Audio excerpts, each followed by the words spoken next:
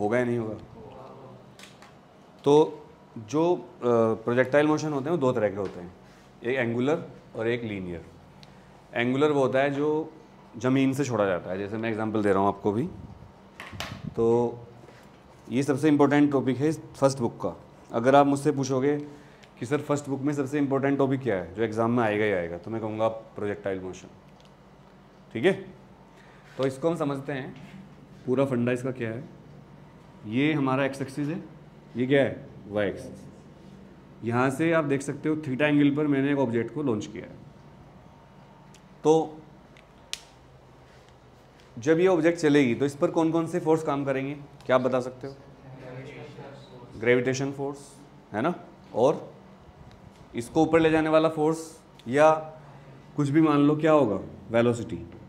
यहाँ से चलेगी, यहाँ गिरेगी। इसके दो हिस्से होते हैं एक्चुअल में। इसको एंगुलर प्रोजेक्टाइल मोशन भी कह सकते हो आप, क्योंकि एंगल दे रहे हो आप शुरू में ही।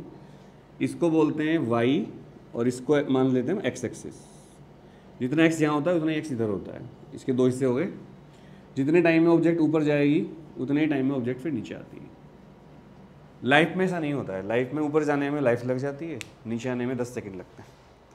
जैसे आपने बहुत मेहनत करके पढ़ाई करी, आप बन गए आईएएस ऑफिसर, और आपने आईएएस बनने के बाद कुछ ऐसा काम कर दिया गलत, कोड ऑफ कंडक्ट के खिलाफ। होता है ऐसा नहीं? न्यूज़ तो पढ़ते ही होंगे आप। तो लाइफ में हमें ये मौका नहीं मिलता कि जितने टाइम में ऊपर जाएंगे उतने टाइम में नीचे आएंगे। लाइफ में हम 1 सेकंड में नीचे आ सकते हैं। तो हमें बहुत सोच समझ के चलना चाहिए।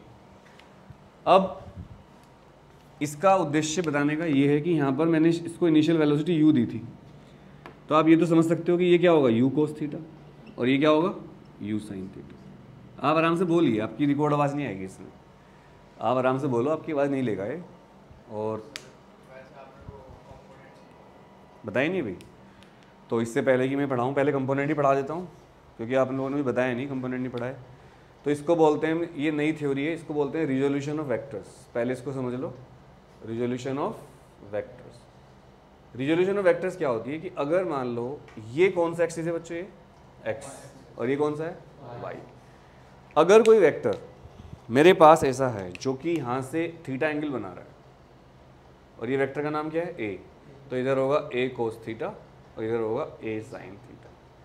अब आप कहोगे सर मैंने तो एंगल यहाँ से बना दिया, यहाँ से नहीं, ये बता दिया मैंने पिछली बार जब वो बताए थे रिजल्टेंट वगैरह, तो ये तो हो ही गया था उसमें, नहीं बताया था। अच्छा, तो अगर थीटा इधर होगा तो ये कितना बचेगा फिर 90 माइनस थीटा। तो अब भी इधर ए कोस थीटा कितना हो गया अब 90 माइनस थीटा, तो क्या बन गया ए साइन थीटा, और ये आएगा ए साइन 90 माइनस थीटा, तो कितना बन जाएगा ए कोस थीटा। बदल गए, लेकिन बदले क्यों, इसकी वजह से, यानी कि हमें एंगल यही लेना है हमेशा। अब क्लियर है? अब कोई दिक्कत तो नहीं किसी को? इसको बोलते हैं रिजोल्यूशन। इसी के हिसाब से मैंने थीटा एंगल मानते हुए इसको यू कोस थीटा ले लिया, इसको यू साइन थीटा। इसको नोट कर लो, साथ साथ लिखते भी रहो फटाफट, ताकि आपको दिक्कत ना हो। तो रिजोल्यूशन ऑफ वेक्टर्स का फंडा समझ में आ गया। अच्छा, एक बात और सुन लो रिजोल्यूशन के बारे में, फिर मैं इसको अलग से पढ़ाऊंगा, मतलब ये टॉपिक में मिटा दूंगा। इधर देखो, आपके पास एक वेक्टर था ए, फैन बंद कर देना। तो आपके पास एक वेक्टर था ए, इस वेक्टर के दो हिस्से हो गए, ए साइन थीटा ए कोस थीटा। तो आप इसको इसके बेटे मान सकते हो।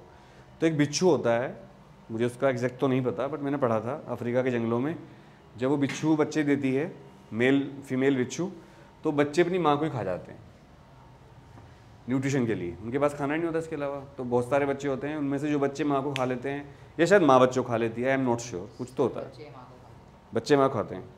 तो यानी कि उनको न्यूट्रिशन अपनी माँ से ही मिलता है ना, कमाल की बात। तो इसी तरह जब ये वेक्टर होता है, इसको तो आप मान लो माँ, और इसके दो बच्चे हुए ए कोस थीटा और ए साइन थीटा, और जब ये बच्चे हो जाएंगे तो ये खत्म हो जाएगा फिर।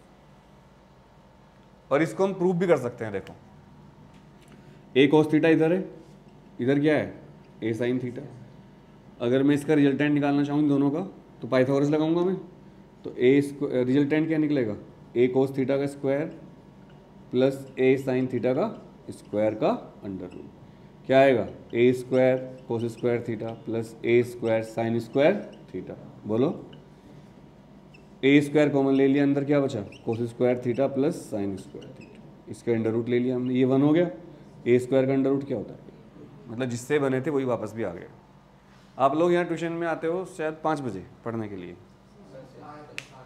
5:30, 6:30, 7:30, 7:30, 8:30, 8:30, 9:30। तो आपको मैं एक सजेशन देना चाहता हूँ, बिना मांगे, देना नहीं चाहिए बट दे रहा हूँ, टीचर हूँ।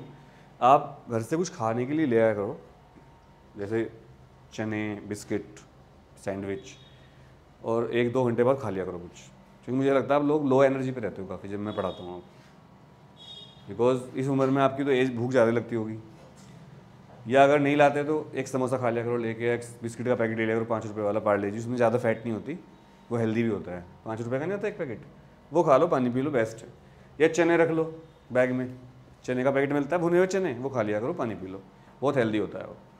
केले तो हो जाएंगे बैग में रख के, टूट जाएंगे सारे, तो चने बेस्ट हैं। अगर थोड़ा टेस्ट लेना है तो समोसा खा लो भाई, खा लो, भूखे मत रहो। 10-15 रुपये तो लेते हो घर से, नहीं मिलता है पॉकेट मनी। तो ये रिजोल्यूशन ऑफ वेक्टर था जो मैंने आपको बता दिया। अब आगे चलते हैं इसके बाद प्रोजेक्टाइल मोशन, ठीक है।